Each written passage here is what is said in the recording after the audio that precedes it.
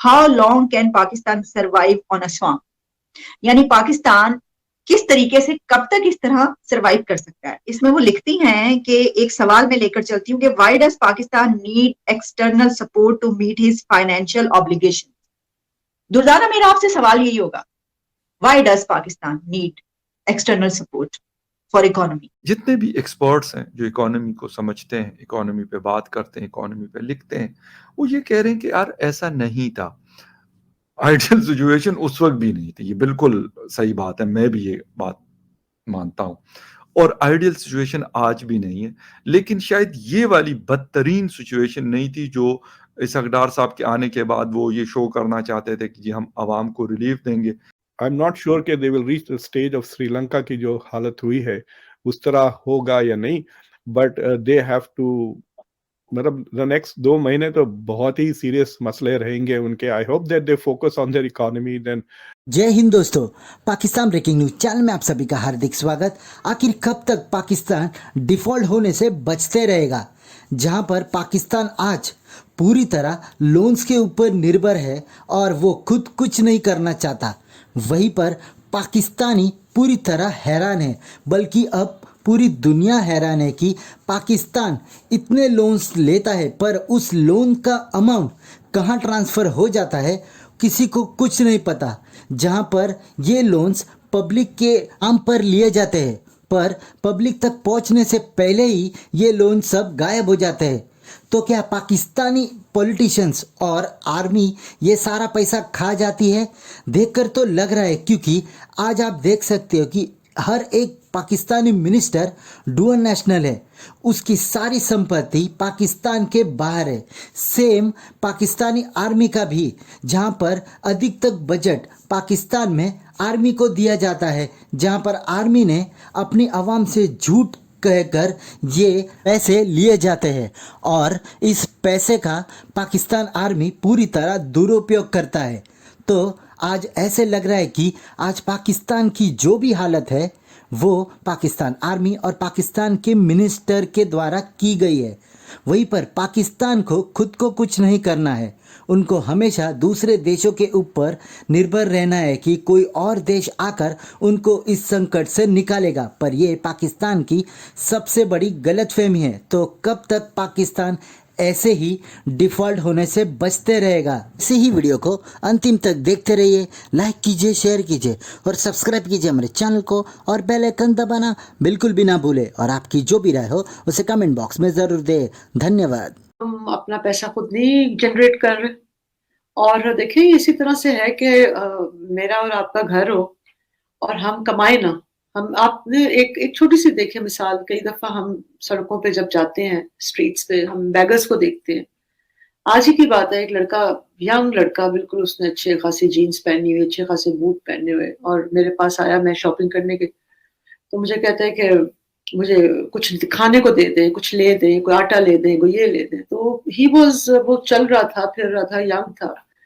तो अब वो, जब आप अपने खुद नहीं हाथ पांव चलाएंगे, मेहनत नहीं करेंगे, कुछ नहीं करेंगे, तो आपने कहीं से तो अपने एक्सपेंसेस पूरे करने हैं ना, तो आप लोगों से मांगेंगे, मांग धाड़ कर फिर आप करेंगे। तो अब ये तो एक मुल्क की एक बात है। तो प्रॉब्लम सिर्फ सीधी सी है, बिल्कुल मैंने उसमें जवाब भी लिखा है कि हम अपने मुल्क में हमने कोई ऐसे तरीकाकार नहीं, मतलब हमारे एक्सपेंसेस ज्यादा हैं और हम कमा कुछ नहीं रहे, और जो हम कमाते भी हैं टैक्सेस की सूरत में, देखिए किसी भी हुकूमत का सबसे बड़ा जो जरिया होता है ना उसकी कमाई का, उसकी अर्निंग का, वो टैक्सेस होते हैं।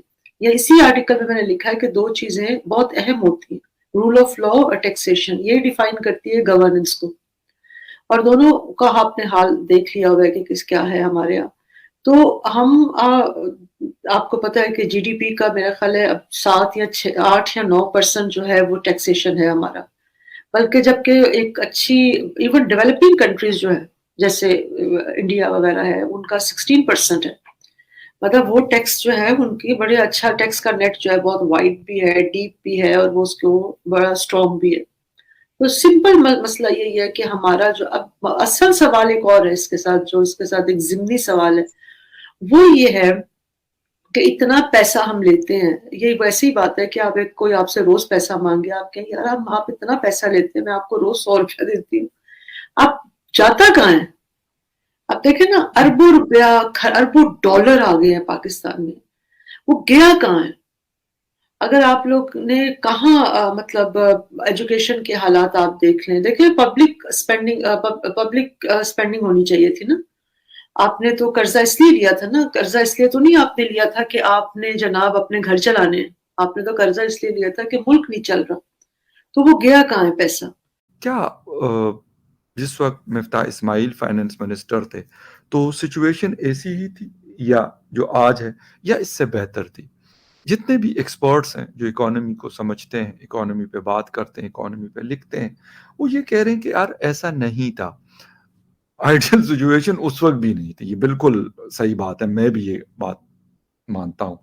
और आइडियल सिचुएशन आज भी नहीं है, लेकिन शायद ये वाली बदतरीन सिचुएशन नहीं थी जो इसकदार साहब के आने के बाद वो ये शो करना चाहते थे कि जी हम आवाम को रिलीफ देंगे। अफसोस के साथ कि आप क्या रिलीफ देंगे, आपकी रिलीफ देने वाली हैसियत तो बिल्कुल भी नहीं है सर। और अगर दे दी है तो फिर उसके साथ डटे रहे।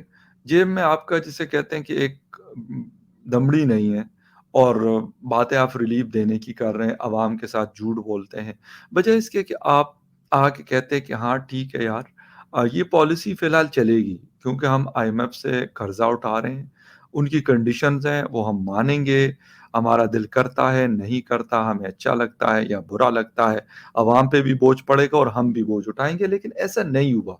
उन्होंने आज यानी कल जो संडे को प्रेस कॉन्फ्रेंस की वहां पे भी कहा कि जी हमने इन अक्टूबर से लेके अभी तक 4 दफा प्राइसेस या पता नहीं 3 दफा डिक्रीज किए या पता नहीं 1 दफा इंक्रीज किए।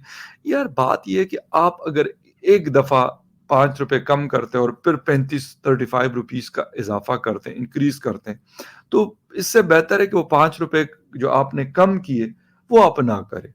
इनके पास सिर्फ या 2 हफ्ते के पैसे रह गए इंपोर्ट्स के, तो सो यू कैन एक्सपेक्ट 2 या 3 हफ्ते के बाद, उससे पहले अगर रिलीफ नहीं आती, if they don't get foreign currency that they can spend, ये नहीं कि खाली बैंक में रखने वाले पैसे नहीं, जो एक्चुअली वो पेमेंट कर सकते हैं फॉरेन करेंसी में, अगर वो नहीं आए तो I think that prices will go up. उसके अलावा जो डोमेस्टिक चीजें भी हैं, जिस तरह के आटा वगैरह, उसकी भी कीमतें are skyrocketing. Inflation is now around 25%। So I think the government has to बहुत तेजी से they need to reallocate their budgets. अगर आप देख रहे हैं, आईएमएफ कह रहा है कि 2 ट्रिलियन रुपीस का डेफिसिट है बजट में। So where is the money going to come? तो अब नए जो प्रपोजल्स हैं, they are going to come up with 2 kinds of taxes. एक तो फ्लड लेवीज कर रहे हैं और दूसरा इनकम टैक्स कुछ बढ़ा रहे हैं, कीमतें बढ़ाएंगे, और जो एनर्जी पे यानी पावर पे जो सब्सिडी है वो भी कट होने वाली है। तो ये 3-4 वो स्टेप्स लेना उनके, without that they are not going to get the IMF money. तो वो मजबूरन हो गई, तो it's going to put a lot of pressure on the public, and the public usually जब आईएमएफ आता है ना, तो पब्लिक भी स्ट्रीट पे आ जाती है प्रोटेस्ट करते हुए, क्योंकि जैसा जॉर्डन में एक बार हुआ था कि roti was becoming impossible to buy, जो सब्सिडीज कट हुई थी। तो ये अगर सब्सिडी, पावर और एनर्जी, अगर आप गैस की कीमत बढ़ जाए तो ट्रांसपोर्टेशन भी बढ़ जाता है भाई, फूड इधर का उधर नहीं जा सकता, तो रोटी की कीमत बढ़ जाएगी, खाने की चीजें बढ़ जाएंगी। So they are going to go through a very difficult time, and मतलब आई एम नॉट श्योर कि they will reach the stage of Sri Lanka की जो हालत हुई है उस तरह होगा या नहीं, बट दे हैव टू, मतलब द नेक्स्ट 2 महीने तो बहुत ही सीरियस मसले रहेंगे उनके। I hope that they focus on their economy, then